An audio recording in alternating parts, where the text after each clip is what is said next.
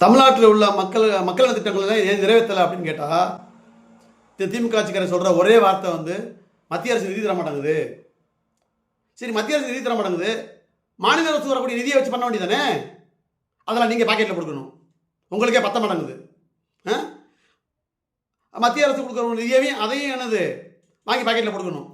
சரி, தரமாட்டேங்குதுன்னு சொல்கிறீங்களா? ஓகே, தரமாட்டேங்குது. நீ மாநில அரசு நிதியை பூரா நீங்கள் வாங்கி பாக்கெட்டில் கொடுக்குறீங்க. ஏன்னா சரி, மத்திய அரசு நிதியை கேட்டு வாங்கினாச்சு மக்கள் செய்யணும்ல, அதுக்கு தான் போயிருக்கீங்க. நீங்கள் 40 MP எதுக்கு போயிருக்கீங்க? ஓட்டு போட்டு மக்கள் ஓட்டு கேட்டு கையெழுத்து கும்பிட்டீங்கல்ல, 40 MP போயிருக்காங்கல்ல, அவருக்கு வேலை என்ன? மத்திய நிதி தரல, வெளிநடப்பு செய்ய வேண்டியதானே? 40 MPயும் பார்லமெண்ட்டுக்கு ஏற்ற மாதிரி உட்காந்து போராட வேண்டியதானே? உண்ணாவிரதம் இருக்க சொல்ல வேண்டியதானே? தமிழ்நாடு முதலமைச்சர் நீங்கள் சொல்ல வேண்டியதானே? உங்கள் MP தானே, நீங்கள் தான் அனுப்பிச்சிருக்கீங்க, உங்கள் கட்சிக்கார MP தானே அனுப்பிச்சிருக்கீங்க, நீங்கள் சொல்ல வேண்டியதானே?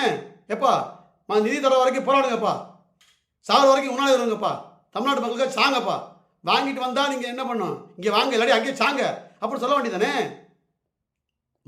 உங்கள் திமுக கட்சியில் ஒருத்தர் வந்து ஒரு MP கொள்ளையடித்தாலோ, இல்லை ஒரு திமுக கட்சியில் இருக்க தலைமை கொள்ளையடித்தாலோ, இல்லை MP கொள்ளையடித்தாலோ, MLA கொள்ளையடித்தாலோ,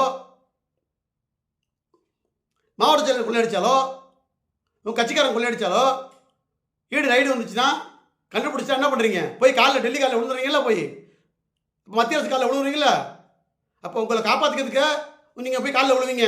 ஆனால் மக்களுக்காக போய் காலில் விழுவ மாட்டீங்க, போராட மாட்டீங்க. காலில் விழுங்க, போய் போராடுங்க, நிதியை வாங்கிட்டு வாங்க.